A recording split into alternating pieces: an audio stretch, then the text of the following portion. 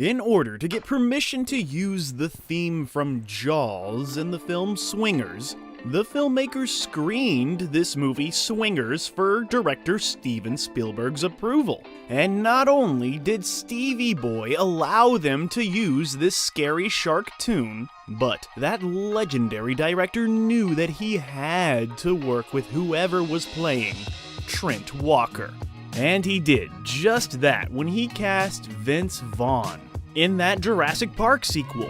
Spielberg instantly knew that Vince Vaughn was superstar material, and he was correctamundo.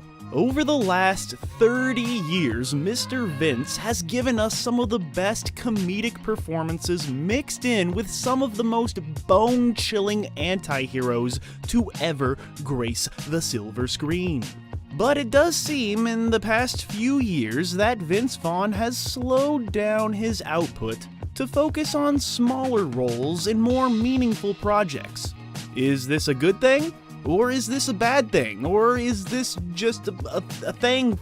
It's time we look at just what the happened to Vince Vaughn. Fucking protection for you? Because you're grown up and you're grown up and you're grown up. But to truly understand what the happened to Vince Vaughn, we must begin at the beginning of the beginning began when he was born on his birthday, 1970, Minnesota, before moving to a suburb of Illinois near Chicago. Young Vince Vaughn would land guest roles on the ABC Vietnam-based show China Beach and 21 Jump Street before landing roles on several after-school specials, including one opposite a Christmas Story star, Peter Fudging Billingsley, who Vince became friends with. And I think he helped produce that Christmas Story sequel, right? Am I right? Sometimes I'm right.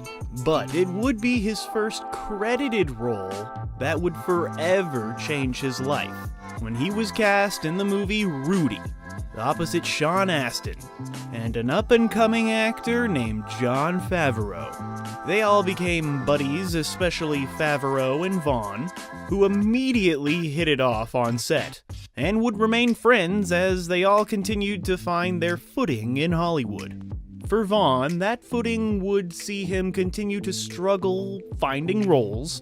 In 1994, there was a film called At Risk, followed by a direct-to-video film called Just Your Luck, before he landed a guest spot on Doogie Howser, MD. But his pal Jon Favreau was having a bit of a better time finding acting work. But as we all know now, Favreau's true desire was to craft his own stories, which he did when he wrote the screenplay for Swingers in just 2 weeks.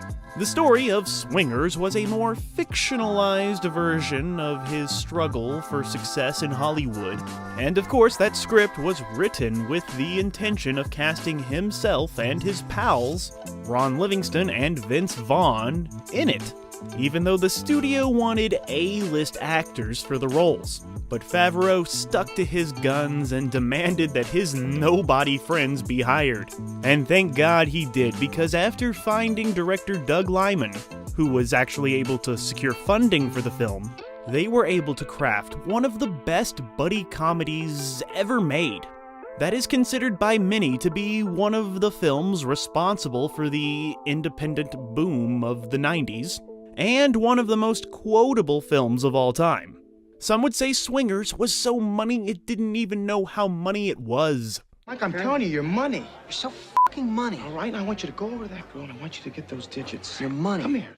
Speaking of money, the film was a moderate financial success, but it would earn rave reviews for the performances, which would allow Vince Vaughn to truly kick off his acting career into high gear. So, as you know, first up, he would appear in that highly anticipated follow-up to Jurassic Park called The Lost World in 1997, which was probably the first time I ever saw Vince Vaughn, and I instantly accepted him as a serious hero-type character who could make funny jokes and get stuff done, which is, what he does. And this was before appearing in the semi-controversial film The Locusts. By 1998, Vince Vaughn would continue to kick his indie cred into high gear by starring in a little scene film called Return to Paradise opposite the late Anne Heche and the great Joaquin Phoenix, whom he again would star with in director David Dobkin's film Clay Pigeons. You crossed the line with me, boy. By the end of 1998, Vince Vaughn was an indie darling and a leading man, landing the highly coveted role of Norman Bates in Gus Van Sant's controversial kind of shot-for-shot remake of Alfred Hitchcock's Psycho. Of course, because it's a in-color kind of shot-for-shot remake of Psycho, the film would be divisive, with many saying Psycho is simply one film you should never remake. And many people would go on to say that they felt Vince Vaughn was horribly miscast. But was it the end of his career? No. Despite all the psychotic Psycho stuff, his star would continue to rise. Vince Vaughn would appear on The Larry Sanders Show, Sex and the City, and the film South of Heaven, West of Hell. And he would host Saturday Night Live, before starring in one of the most underrated movies ever made, The Cell. This film is a dark, sci-fi, psychological thriller, and it's a genuine mind-F of a movie, with Vince Vaughn playing the lead detective. The film did not receive the best of reviews, because, you know, the critics were wrong. Vince Vaughn would take on producer duties alongside his pals, Jon Favreau and Peter Billingsley, for Jon Favreau's directorial debut, Made. That's right, Jon Favreau made Made, which many thought was a sequel to Swingers, but it's actually a fully original story about two bumbling friends who get involved in money laundering. And although the film Made does not hold the same cult status as Swingers, it's still a solid comedic flick that shows how great Vince Vaughn is at fast-talking, very dry comedic roles. You could have picked up a f***ing tab once in a while. I picked for half the f***ing drink.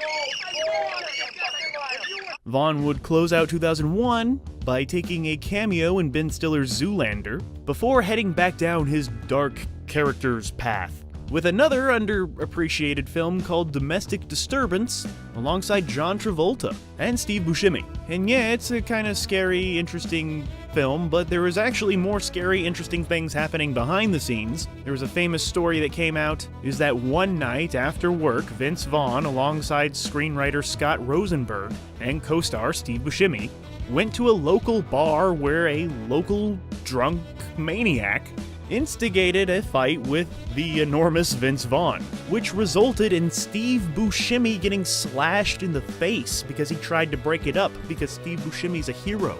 But yeah, Vince Vaughn, Steve Buscemi bar fight, we all kind of wish we were there.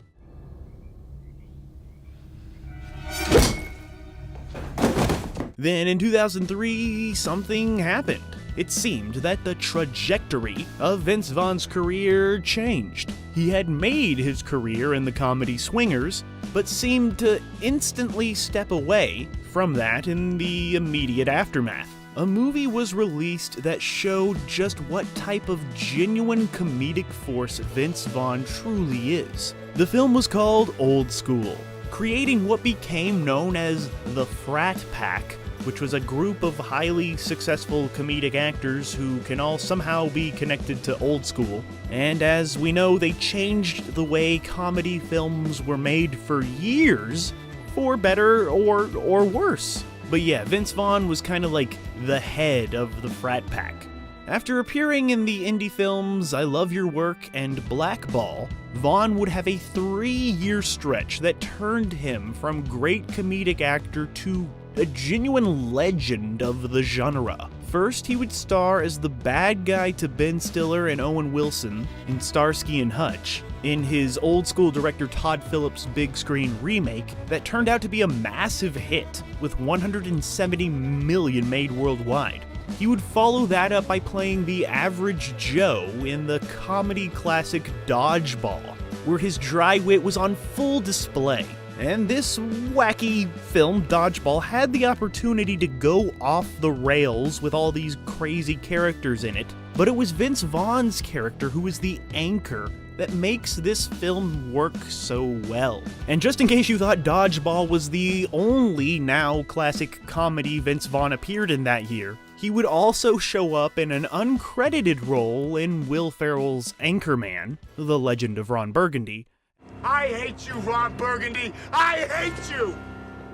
He would close out 2004 by appearing in the Mel Gibson-produced film Paparazzi, before launching into 2005 in the independent film Thumbsucker, and reuniting with John Travolta for the Get Shorty follow-up Be Cool, where Vince was able to show his character actor skills by playing a decidedly against-type record producer, which he did so well that the Teen Choice Awards nominated him for Choice Movie Sleazebag. Vince Vaughn would have one hell of a summer in 2005, appearing as the comedic sidekick to Brad Pitt's Hitman in the nearly $500 million grossing Mr. and Mrs. Smith, before starring in one of the best comedic films ever made, Wedding Crashers. It's almost the perfect comedy, almost, equal parts hilarious and heartfelt, and Vaughn alongside Owen Wilson would win the MTV Movie Award for Best On-Screen Team. And this funny rated R comedy would earn a massive $288.5 million off a $40 million budget.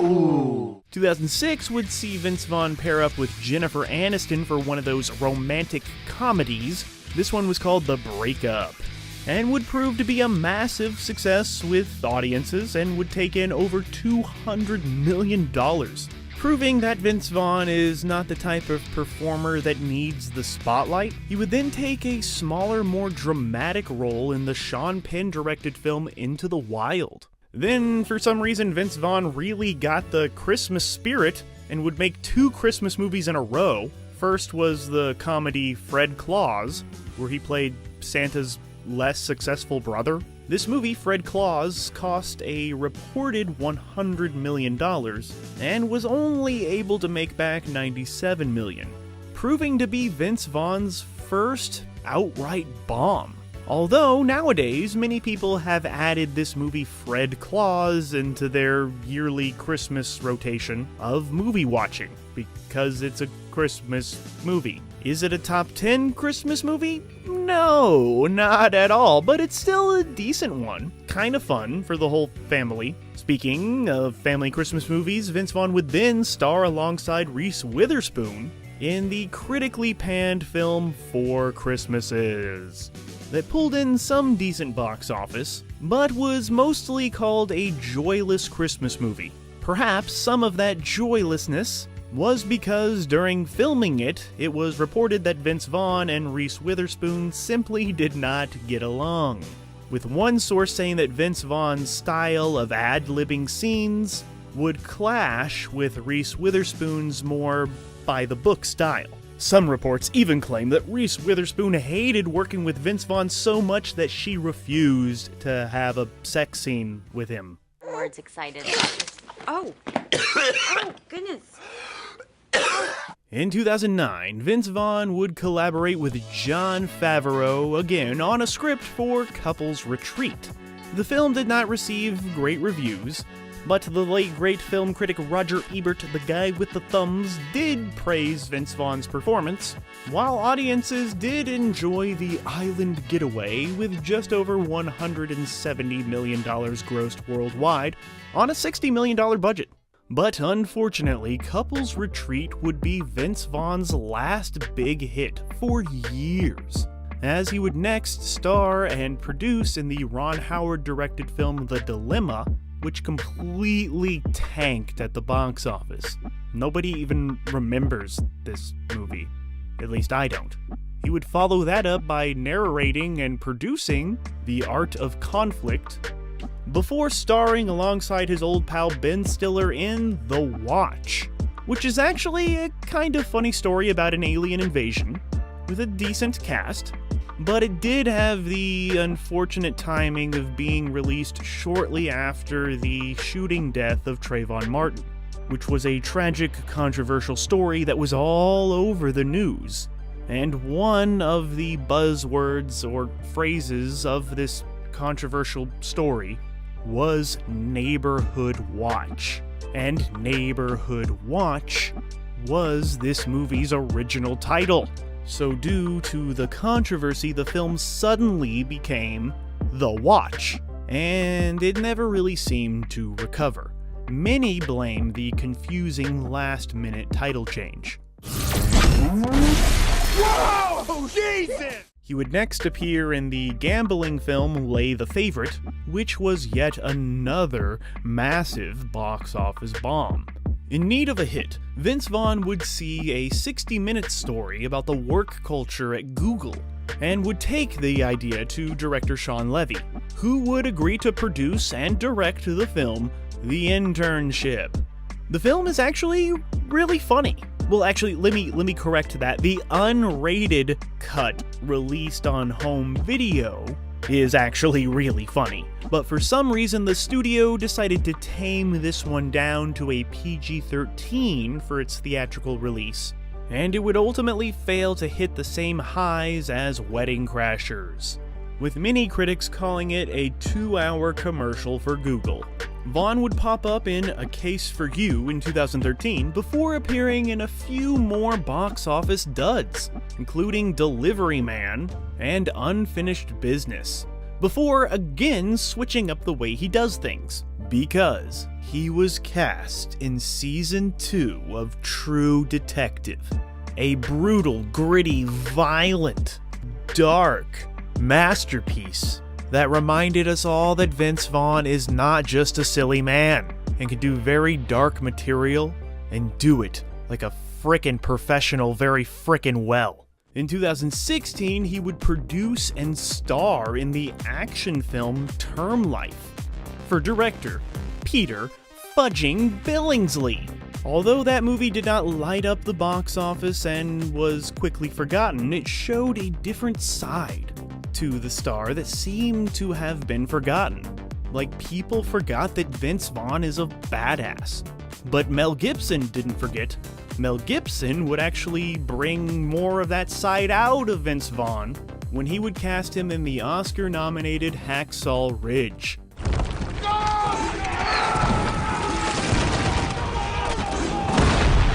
Mr. Mel Gibson knew that Vince Vaughn would bring some of his humor to this very dark World War II film, while also still being believable as an authority figure on the battlefield.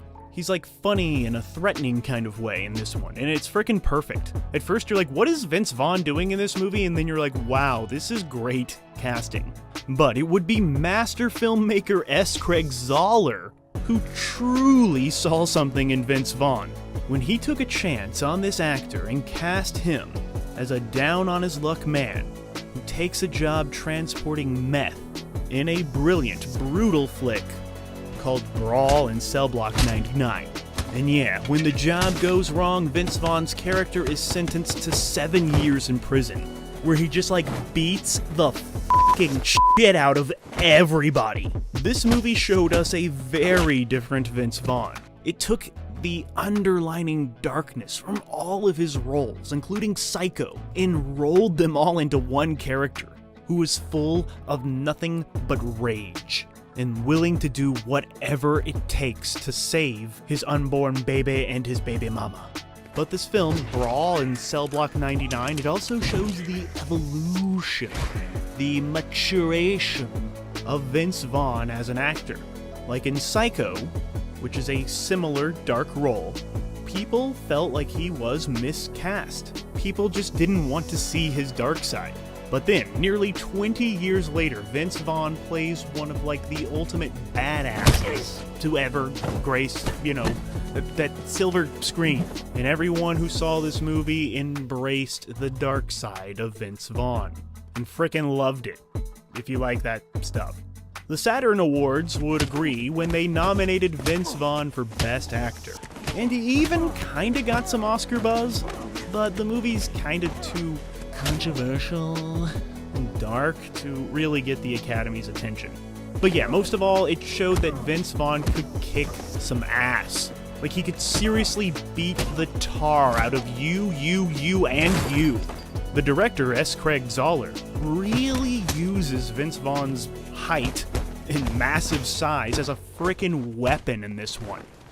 He is a weapon. Proving S. Craig Zoller knew he had a great thing with Vince Vaughn, the two of them would team up again for the film Dragged Across Concrete, another brilliant, brutal one, where Vince Vaughn would star alongside opposite his Hacksaw Ridge director Mel Gibson in this brutal crime thriller, where the pair would play some corrupt cops who have been suspended from the force for dishing out their own brand of justice that may not exactly be seen as politically correct. And yeah, like I said, this is another brilliant, brutal film from Zoller that shows the absolute stellar range of Vince Vaughn. It allows him to be a badass and still allows him to show off his dry wit. So yeah, whether he's playing a corrupt cop, or a man who's not to be f***ed with in prison, or Santa Claus's brother, Vince Vaughn nails it every time. So yeah, in the past few years, Vaughn seems to be fine taking the secondary role in projects that he believes in. Like in the 2019 WWE-inspired story, Fighting With My Family, before appearing in the Kristen Stewart-fronted Cyborg. In 2020, Vince Vaughn would show up in a movie called Arkansas, followed by the Purge parody film The Binge, before again earning solid reviews as a girl trapped in a serial killer's body in the quite good comedy slasher film Freaky, which is like a play on Freaky Friday, because body swap movies always work. But this one did. I felt oddly empowered being in this body.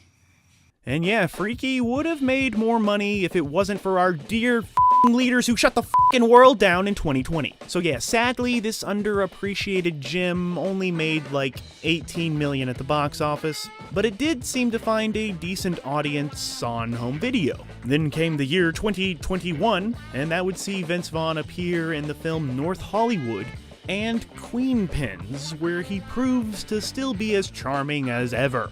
But then, Vince Vaughn was seen doing one of the worst things a celebrity can do. He was politely chatting with President Donald Trump. Dun dun dun! Scandalous. And because of this unforgivable sin, he was instantly canceled by all the people and organizations and social media pages that cancel people. But guess what? Nobody seemed to give a crap. No actual real people, thus canceling his cancellation. That's the power of Vince Vaughn. You can't cancel him, baby. And literally no one cares. No one. This big, tall, funny man has done what many consider impossible. He can balance the silly with the scary, perfectly existing in sad face movies and happy face movies. And his energy? The energy that Vince Vaughn brings to the screen is unlike anything. Watching him is like drinking a cup of coffee. Like, you feel it. Like, you want to get up and you want to just talk really fast like him, baby. You just want to do it, yeah. That's the worst Vince Vaughn impression ever, but I just had to do it because of his energy. I was feeling it. Baby, money, yeah.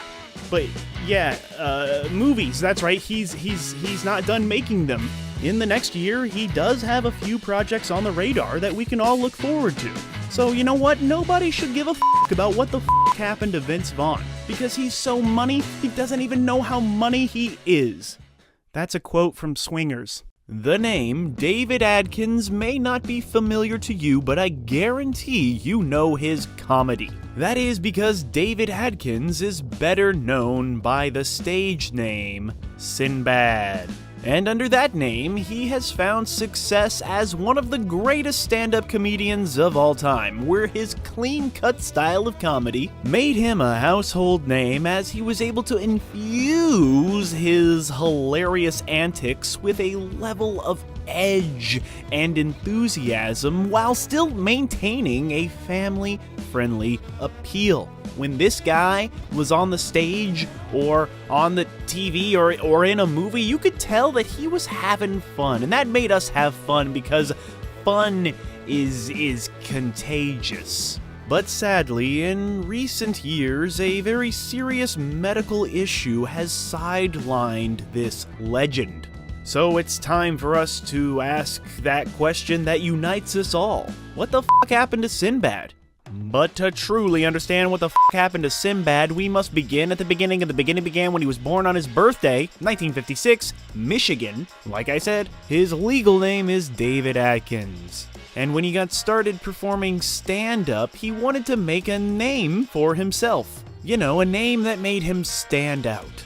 So he chose the name Sinbad due to his love of the fictional character from, Sinbad in the Seven Seas, Sinbad the sailor, that Sinbad badass. But this Sinbad wasn't gonna be slaying stop-motion monsters. This Sinbad was gonna be slaying jokes. But while going under the name David Atkins, he was actually the basketball talent in his high school, and would be heavily recruited by various colleges where he would eventually sign with the University of Colorado at Denver. And he would play some basketball for 3 years before a knee injury saw a potential professional career fall through.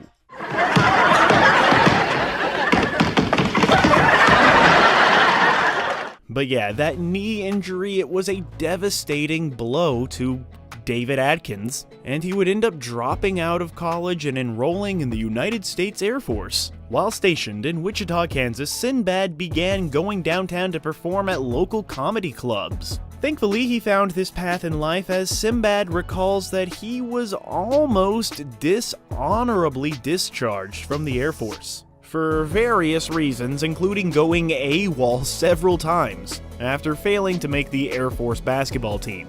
And he was actually hoping to get kicked out. In a world long ago, there weren't as many TV shows that showcased our various talents for the world to see, but back in the 80s, if you wanted to show the world a special skill, you had to go on Star Search. Sinbad would appear on the very first season of the show, and would beat Dennis Miller in their head-to-head battle that would ultimately come in a second place overall for the entire season of the show. They were searching for a star, and they found one in Sinbad. The success on Star Search would lead Sinbad to land a gig in the TV movie Club Med in 1986, opposite Linda Hamilton and Bill Maher, before landing a spot on a new show featuring the legendary Red Fox. Sadly, the Red Fox show would only be around for 13 episodes before getting the axe. But that would lead Sinbad to land a guest spot on The Cosby Show, Season 3, Episode 15. That single episode must have made an impression on Bill Cosby, as just a few years later, the show would have a spin-off where Sinbad would be hired as a warm-up comedian for the audience. The guy who comes out and tells funny jokes to get the live studio audience in the mood for some comedy. It's a thing they do in the business. It would be Bill Cosby who would speak to producers saying that this man should be on TV, and thus Sinbad would land his biggest role as a series regular on the long-running show A Different World, where he would play the lovable coach for 4 seasons. And then Cosby showed up, and I was like, oh, I got to show off. And so he saw me and said, you ought to be on TV, and he put me on his show 4 weeks later.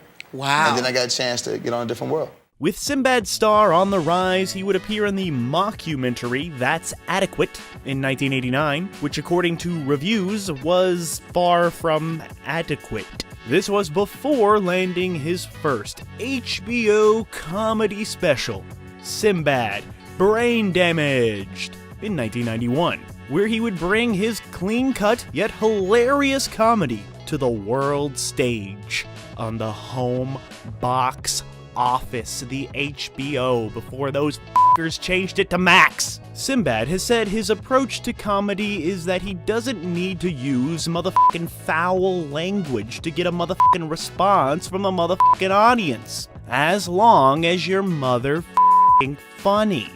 So yeah, as long as you're funny, the audience will respond. And respond they did with laughter that was out loud, or as the kids call it, LOLing. Sinbad says that his job is to highlight everything that is wrong with all of you, and when you do that with an audience, you realize that he isn't the only one that's kind of messed up. In that same year of 1991, Sinbad would appear in Necessary Roughness, which isn't the best football movie ever made, but it's actually a solid football movie that is good to watch. After appearing on the show Rock, Season 2, Episode 10, hosting SNL and voicing a condom in the educational short film Time Out, The Truth About HIV, AIDS, and You, Sinbad would land his very own network sitcom on Fox, where Mr. Sinbad would play a bachelor who takes in 2 orphaned children. Classic sitcom hilarity ensued. I want to be your daddy. What? Both of us? Yes, both of you. If it's all right with you two, I want us to be a family. The Sinbad Show would be sadly canceled after a single season, but it would be honored with a Kids' Choice Award nomination for Favorite Television Actor. But the cancellation of the Sinbad Show wouldn't stop him from working. He would get right back on the stage for his next special called Sinbad, Afros and Bell Bottoms, where he said more funny things. And of course, if you grew up in the 90s, like me, we all remember seeing Sinbad star in the classic genie movie, Shazam. But the only problem is that movie never actually existed. But that did not stop the internet from swearing that they had seen this movie where Sinbad plays a bumbling genie. And I have to admit, I kind of have some memories of it too. There are many famous instances of the Mandela effect, the phrase stemming from the thought that prior to his actual death in 2013, many people believed that Nelson Mandela had actually died while in prison in the 1980s. Like they had that false memory. There's also the Bernstein Bears, and this frickin' genie movie. Many Sinbad fans swore that they had seen this movie when they were young. And many would actually get kind of annoyed and triggered when you explained to them that they're simply thinking of the movie Kazam starring Shaquille O'Neal. Your wish is my command. Or that maybe they're remembering the time that Sinbad did host a movie marathon dressed up as Sinbad the Sailor, which kinda looks like a genie. Or the time he dressed up as a foreign person as Ishbu's dad in Nickelodeon's All That. So maybe it's just like a mixture of all those things, that movie marathon, the All That skit, just his name, Sinbad. Maybe all those little things got kind of mixed up in our collective minds and we all had this false movie in our heads that we all remember watching but didn't actually watch. Or maybe something got effed up with the space-time continuum or something. Or there is a parallel universe out there where people are like, hey, let's read the Bernstein Bears and watch that Sinbad genie movie while we mourn Nelson Mandela in the 80s. Who knows? Or, for some reason, a lot of us thought Shaquille O'Neal was Sinbad. Because, I don't know, racism? I don't know. But yeah, if I ever find a genie lamp, I'm gonna rub it and use all 3 of my wishes to figure this genie Sinbad mystery out. Also, the movie First Kid came out in the same year as Kazam, and so maybe a lot of us 90s kids did a double feature and it got mixed up. The world may never know. I am Kazam!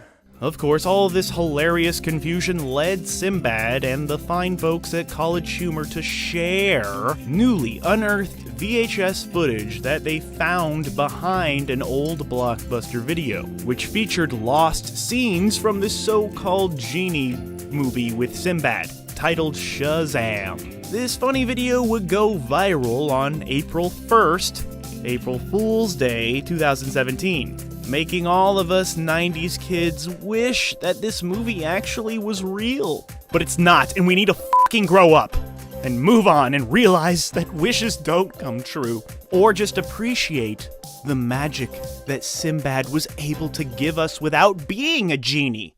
I am Shazam! Okay, back to this universe. After landing roles in films like Coneheads in 1993 and The Meteor Man in 1993 and the TV movie called Aliens for Breakfast, which has the funniest IMDb listing I've ever read. I'm gonna read it now. Kids get cereal for breakfast. Breakfast has alien toy. Toy is alive. Adventure occurs. Happy ending. The end. Sinbad would get the chance for a bigger role on the big screen opposite the late great Phil Hartman in the 1995 movie House Guest, that critics called perplexingly unfunny. The film House Guest would be made with a modest $10 million budget and ultimately have a decent return on investment with over $26 million pulled in at the box office. 1996 would be Sinbad's biggest year in terms of sheer output. This dude was everywhere, sailing the 7 seas. Not only would he release his NAACP Image Award-nominated stand-up special Sinbad, Son of a Preacher Man, but he would appear in 3 theatrically released films and 1 Emmy-nominated TV movie called The Cherokee Kid, a Western comedy. In theaters, he would kick off the year voicing Riley in Homeward Bound 2: Lost in San Francisco, before landing the lead role as a Secret Service agent in the Disney film First Kid, where this film was not a huge hit with audiences or critics, only amassing $26 million. I guess you could say I was the target audience of this movie because I thought it was pretty dang funny. And in my little 90s kid mind, because there's like one scene with some gunfire in this movie, I felt like I was watching an action movie, which made me feel cool. Sure, this movie First Kid is a Disney-fied film, but Sinbad brought his enthusiasm to the role, just like in the way he does with his stand-up.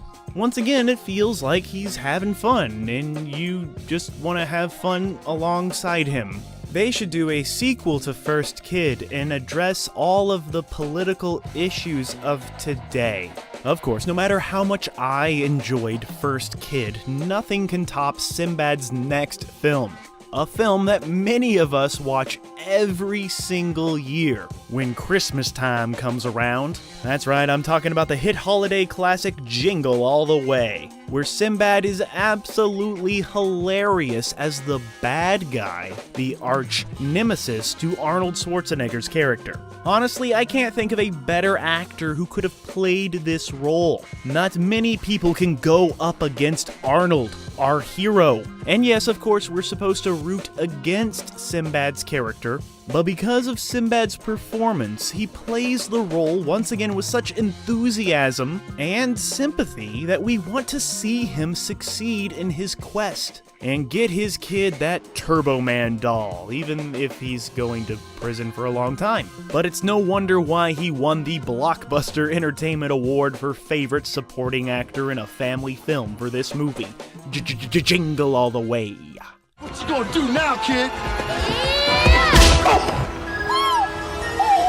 After releasing his next big stand-up special called Sinbad Nothing But the Funk, Mr. Sinbad would appear in Nickelodeon's Good Burger as the victim of a car crash that forces Kenan Thompson's character to get a job, thus launching a summer of fun-filled hamburger shenanigans as they try to take down the evil corporate Mega Mondo Burger. Or as Sinbad puts it, the home of the Big Booty Burger.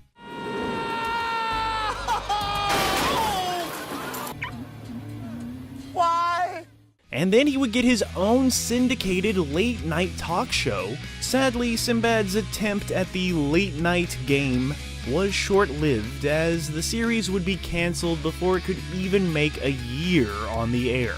But that wasn't the only place that you could find Sinbad. He would appear on guest spots on shows like Moesha, Girlfriends, and the Showtime series Resurrection Boulevard, while taking a detour from comedy to appear in the 2002 psychological thriller, Crazy as Hell.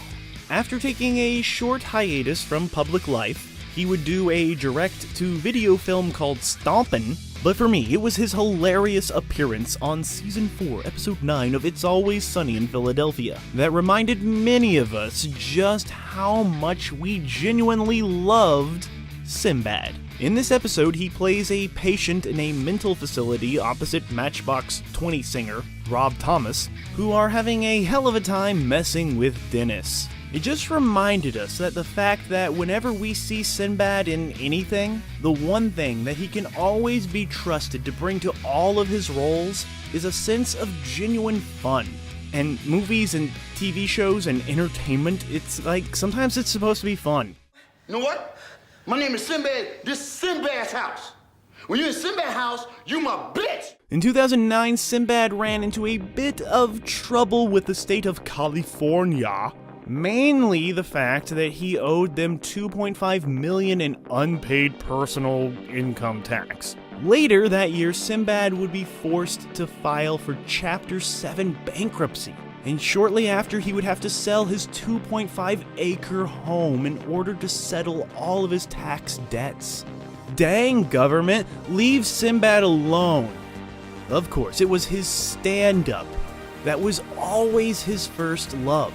And he continued that hilarious legacy by releasing a Comedy Central special titled Where You Been in 2010. And proving how divisive comedy can be, Comedy Central would name Sinbad number 78 on their list of the greatest stand-up comedians of all time, while Maxim magazine would name him one of the worst. In March of 2010, Sinbad would be fired by a pre-presidential Donald Trump on the Celebrity Apprentice show, before appearing in his own reality TV program titled Sinbad, It's Just Family, that was canceled after just one season. Most of the 2010s were spent doing hilarious guest roles on shows such as Are We There Yet?, The Eric Andre Show, and Comedy Bang Bang, while also lending his voice to such projects as American Dad, Steven Universe, The Lion Guard, and the 2013 movie Planes. In 2018, Sinbad would return to being a series regular on a short-lived Fox sitcom called Rel. Sadly, in October of 2020, Sinbad suffered a stroke that nearly took his life. The stroke was caused by a blood clot that traveled from his heart to his brain. He was rushed to the hospital where doctors were able to remove the clot from his brain. The surgery was successful and all seemed okay until he developed another blood clot the very next day, which again was removed. But sadly, things did not exactly get better. His brain began to swell, which forced doctors to perform surgery where they discovered a bleed that forced the doctors to place Sinbad into a medically induced coma and on a ventilator. Weeks had passed before Sinbad would simply open his eyes. But when he did, he realized that he had lost mobility on his left side. Slowly, he would be taken off the ventilator, but Sinbad would remain in the hospital for nearly 9 months. His family would take to his Instagram page and share the story of this man who fought for his life, while showing photos of this iconic comedian relearning to walk. They had called his fight and determination nothing short of remarkable, while also sharing that Sinbad has one purpose. In his own words, he said, "I am not done. I will not stop fighting until I can walk across the stage again." And while fighting this horrific medical experience, Sinbad would even show up as himself in an episode of the brilliant Emmy-winning series Atlanta. Get a smooth-looking brother at the helm. So while we wait for this icon of the comedy microphone to recuperate, we can look back at his body of work that may have gone overlooked in its time and appreciate the dedication that David Atkins, aka Sinbad, put into his craft. We can also appreciate the genius of his storytelling on the stage and the joy that he brought to us over the years. I know I'm not alone when I say I look forward to seeing him back on the stage, mic in hand, where he will once again bring his uplifting comedic stylings to a world that so desperately needs it. Yeah, it's times like this that we really do wish that Sinbad was a genie.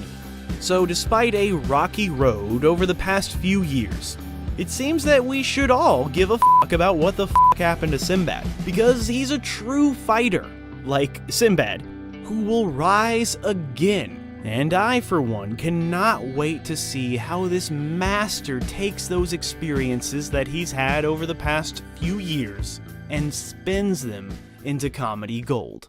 Specializing in fast-paced storytelling and observational humor, and being loud, Dane Cook can often be seen moving all over the stage as he uses his entire body to tell a joke. He also used social media to promote himself before that was even a thing. Mr. Cook comes off like your energetic roommate ranting in the living room after a few too many brewskis. Kind of a beautiful thing to watch. Like it or not, he was exactly what the world of comedy needed at that time.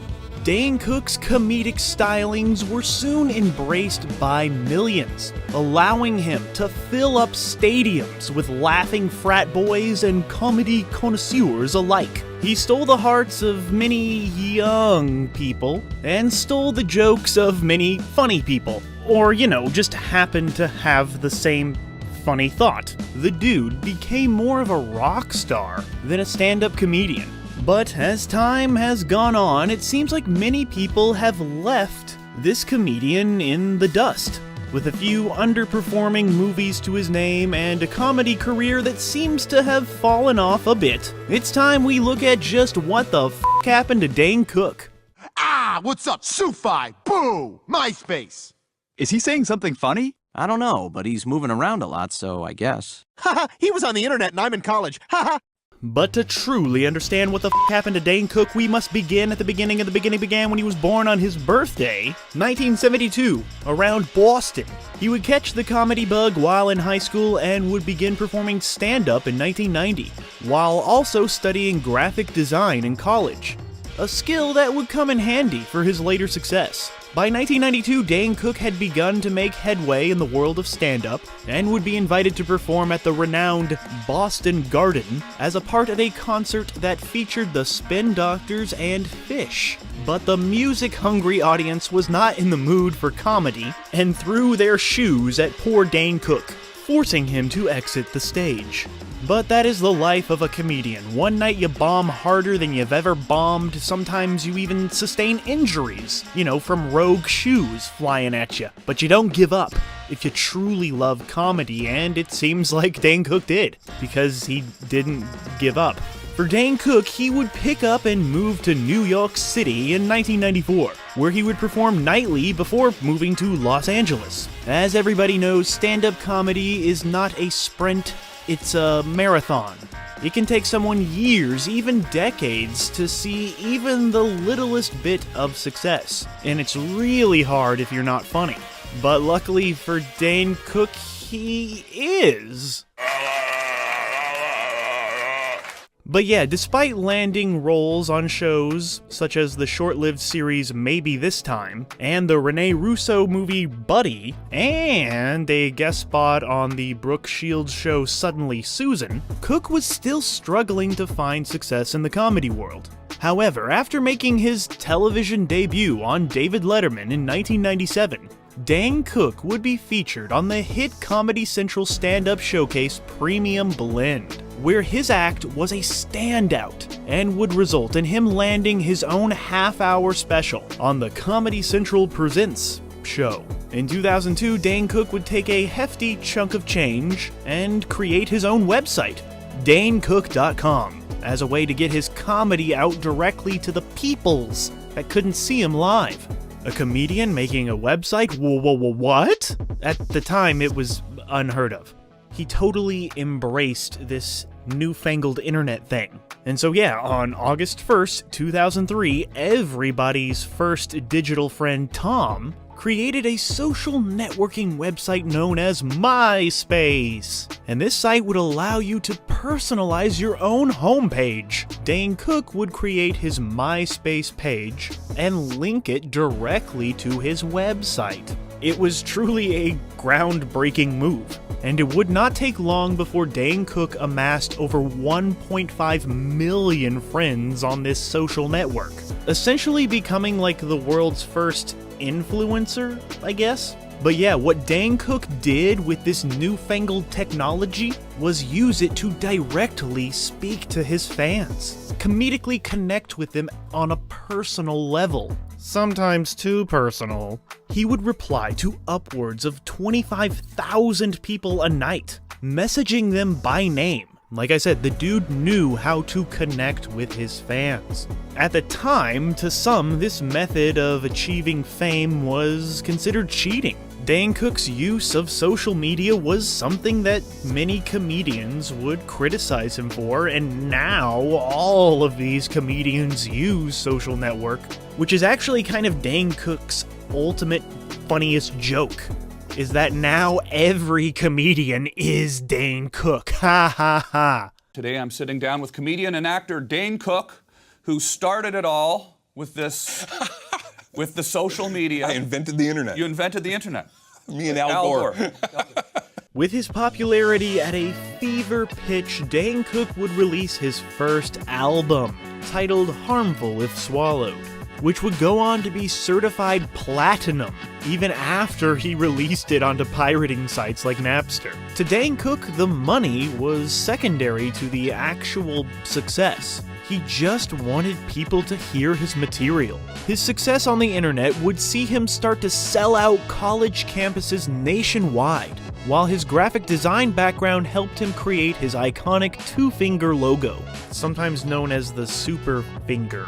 2 years later, he would release Retaliation, which became the first comedy album since 1978's Wild and Crazy Guy by Steve Martin to reach the top 5 on the Billboard 200, before being certified double platinum, and also creating the term Karen, which is used to describe a complicated woman.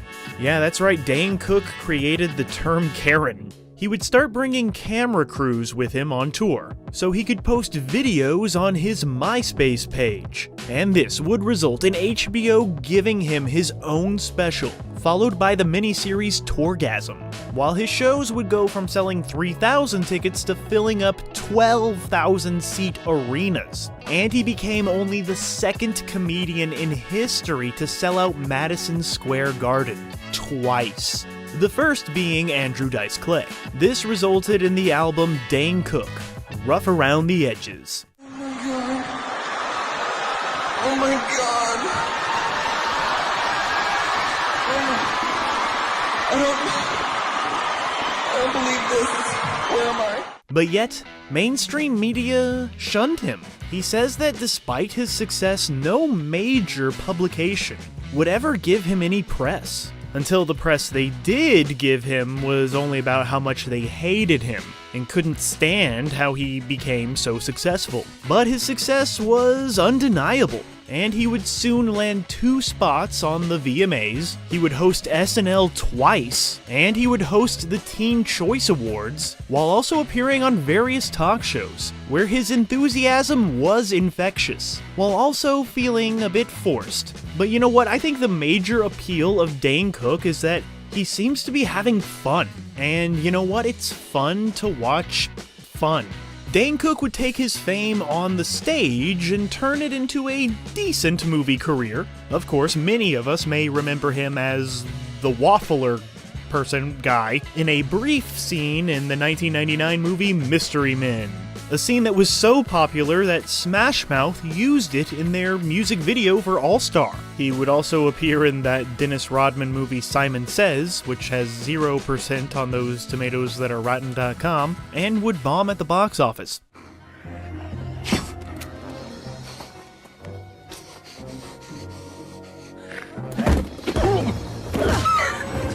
And he was a prank caller on the hit Comedy Central series Crank Yankers. and he also had roles in such films as Stuck on You, Windy City Heat, Mr. 3000. Even though you don't actually see him, he is inside the sausage mascot. There's also that movie called Torque. In 2005, Dane Cook would land a more substantial role in a hilarious and cautionary tale called Waiting... where he would play a line cook who adds a little bit of zest to your dish if you're rude. So don't be rude, and don't go to a restaurant where Dane Cook is cooking.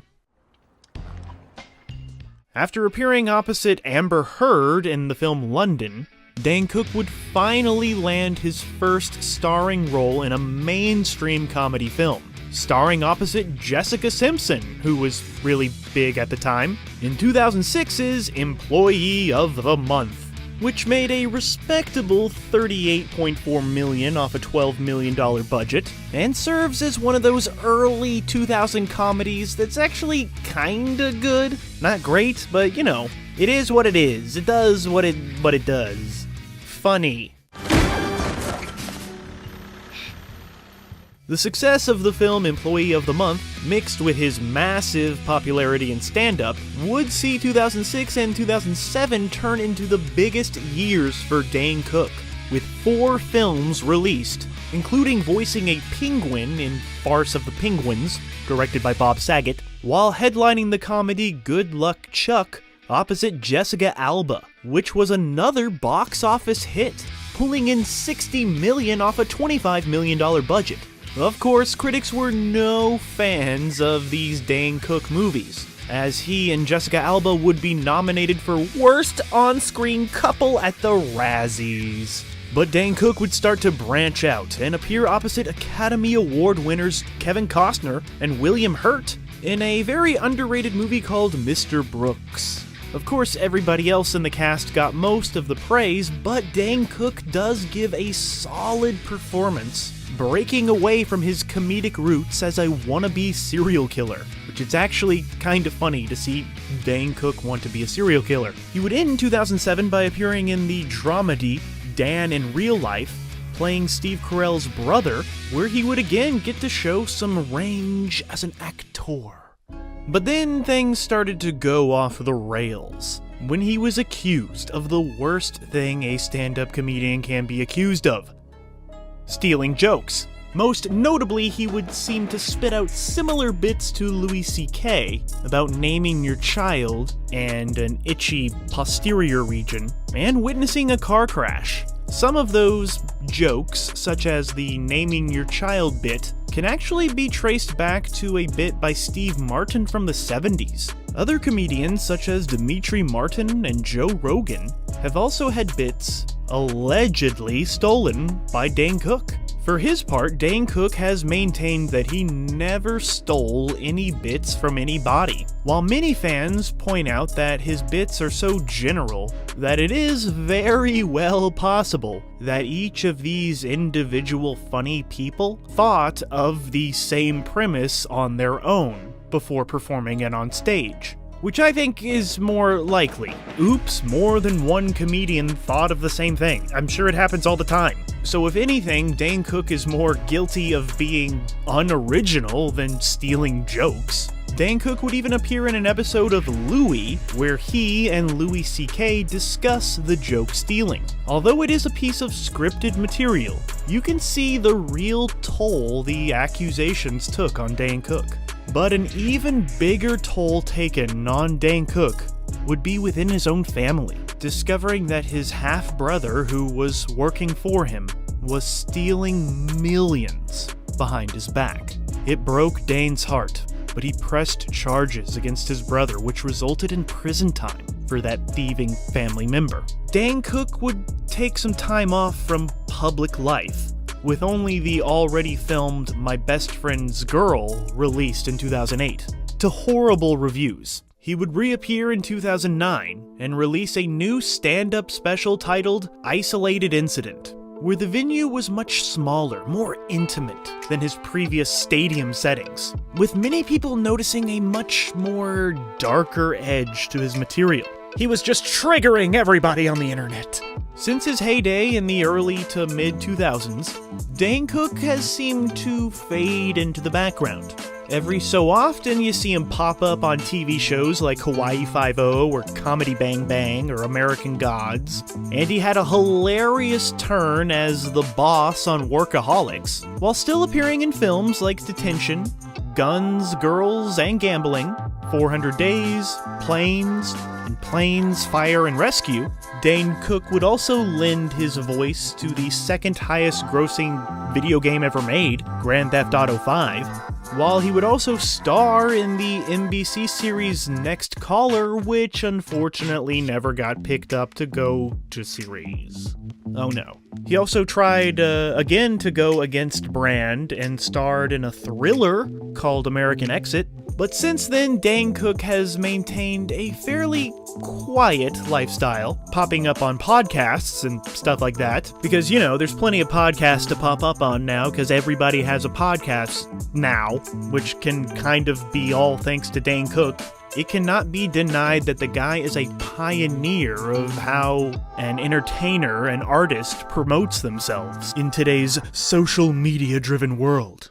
I get more excited that I now get to be a mirror for some other people that sometimes want to come to me and get my 2 cents, almost like being a mentor to other people. Then in September of 2023, he would marry his fiancée, Kelsey Taylor.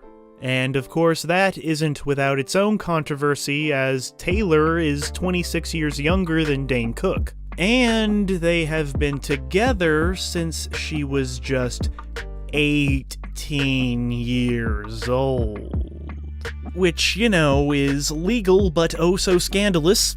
And this brought back rumors of quote-unquote game nights, which allegedly involved Mr. Dane Cook and some very, very, very young women, girls. So yeah, because of those rumors and because he, you know, dated an 18-year-old, many people on the internet have taken to calling Mr. Dane Cook a groomer. And you know what? He kind of used his comedy powers and has taken this controversial stuff in stride and joked about it. Like, actually, one of the funniest moments of his most recent special, 2022's Above It All, is him making jokes about having a very young wife. So yeah, they tried to cancel him, but it didn't really stick. And I said, where have you been all my life? And then I remembered she wasn't alive for the first 26 years of it. And that's where we find Dane Cook today, still bringing his unique brand of comedy to his fans who have stuck with him over the past 20 years, while enjoying what appears to be a much more quiet lifestyle than he once lived. And even though he's living a quiet lifestyle, he's still screaming into a microphone! And that equals funny. Sure, his big screen career never truly took off, but his passion for stand-up comedy has always been there, which, you know, is still something he is doing to this very day. So, yeah, I guess nobody should really give a fuck about what the fuck happened to Dane Cook, because I guess he's doing fine.